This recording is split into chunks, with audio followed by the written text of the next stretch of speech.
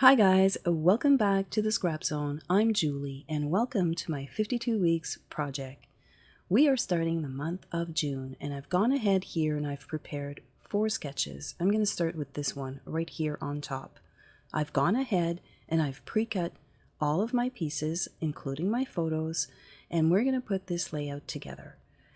Now these are 2x2 photos and they go on these 2x2 strips, and I think that looks pretty good, but that background was a little bit bland. I am going to bring in this thin cut tag to journal, so I just wanted to see how that was going to fit with my pictures. I did go ahead and I did print that with my printer, and I also cut another one out of pattern paper here.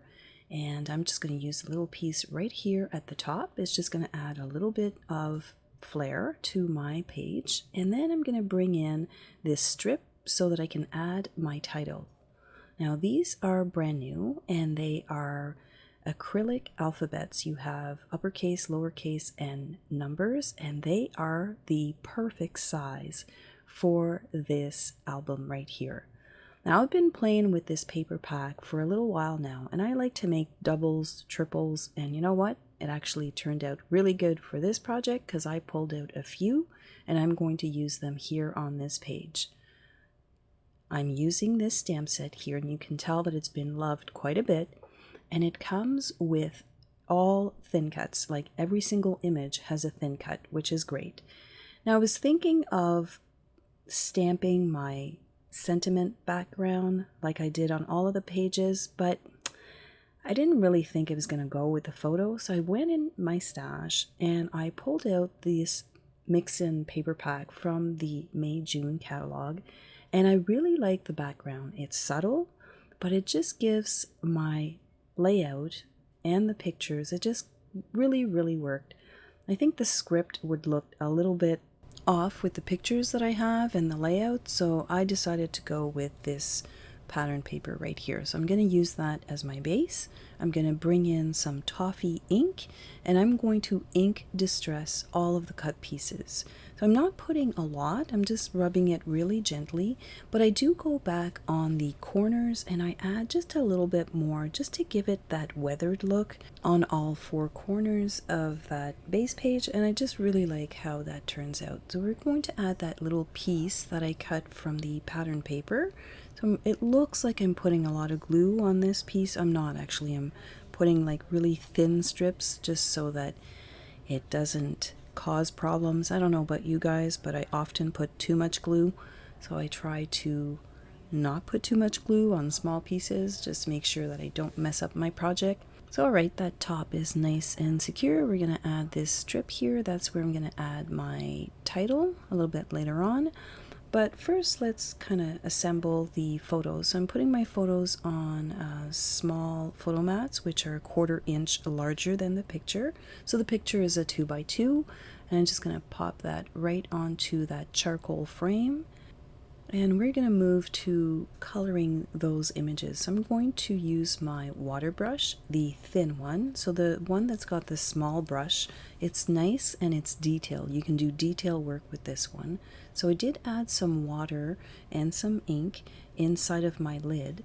And then the actual water brush itself, the tip is wet, but I'm not adding more water. And you see me going to pick up some of the ink, and then if there's too much, I kind of take the excess off on a tissue paper, and that way, because these were stamped with charcoal ink, it's not going to bleed. Now there's 2 things. You have to let them dry, and you kind of have to stay away a little bit, as much as you can, from those stamped lines if you want.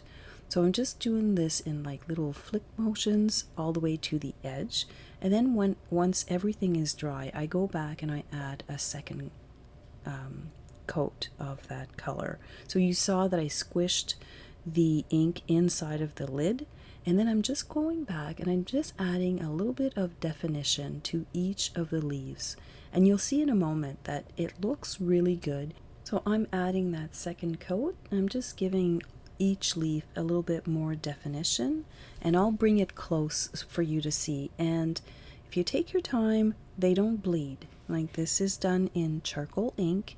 It's not done in the intense black, but you see it still works. You just have to be a little patient. So I did squeeze all of the color out of the water brush, and I'm just going to wipe out all of this extra water and ink just so that everything is nice and clean by the time I go back to using this ink pad.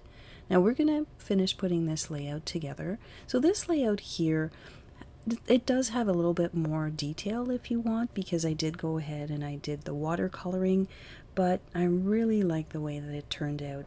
If you look at this paper, this is the lovely paper collection, and it's got flowers and butterflies, but if you look at this now, it kind of looks a little rustic. Anyways, it does to me, and I really like the way that it turned out with those photos. So we're going to add that piece so that I can add my title in here. I'm going to dovetail the end, and I'm going to start adding my little alphabets on it, my little acrylic alphabets. Now you can see that my piece is quite long, and I've left it long on purpose. I don't know about you guys, but sometimes I'm trying to lay out stickers or alphabets and then I run out of room and then everything is squished together. So I thought, you know what, I'm going to lay out my title and then I'm going to cut my little strip, and it actually turned out really, really nicely. So you can see here that my title has been laid out on this long strip, but now I know exactly where to cut it, and I didn't squish all of my letters to make them fit because I pre-cut my strip, if that makes any sense to you.